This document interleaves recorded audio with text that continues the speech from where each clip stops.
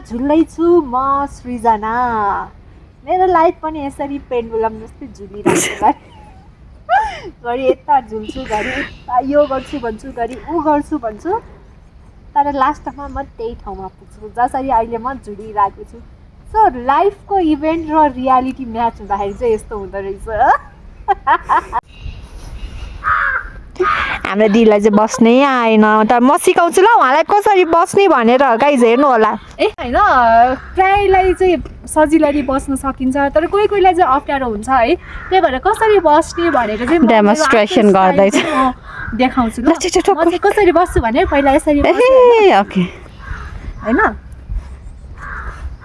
अनि यो भइहाल्यो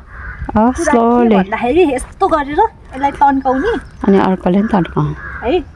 अनि पछाडि ढल्किने होइन ला देखाउँछु भनेको त्यहाँदेखि भयो इट्स सो इजी है यो चाहिँ एउटा तरिका हो अनि त्यो बाहेक पनि अर्को पनि तरिकाहरू हुन्छ म अब सेकेन्ड अप्सन देखाउँछु ल नो अब चिसो भयो ल अनि एकछिन रमाइलो गर्नु झुलिनु है अनि त्यसपछि चाहिँ तपाईँ कम्फर्टेबल हुनुहुन्छ अनि यसरी चाहिँ अनि यो अगाडि तान्नु पर्यो होइन अनि त्यसपछि चाहिँ यो स्पेस क्रिएट हुन्छ र यसरी आफूले बस्न सकिन्छ भेरी इजी गाइज तपाईँहरू बस्दाखेरि नलड्नु है यसरी नै बस्नु ल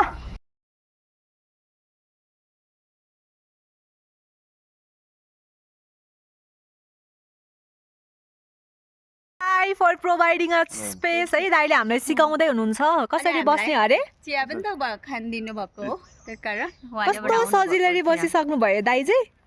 दिदीलाई कस्तो गाह्रो भएको थियो नि अघि होइन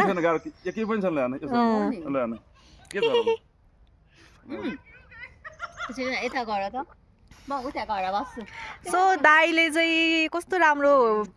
स्पेस पाउनु भएको छ है अनि यहाँ झुला पनि छ अनि हामीलाई यस्तो मिठो चिया पनि खुवाइसक्नु भयो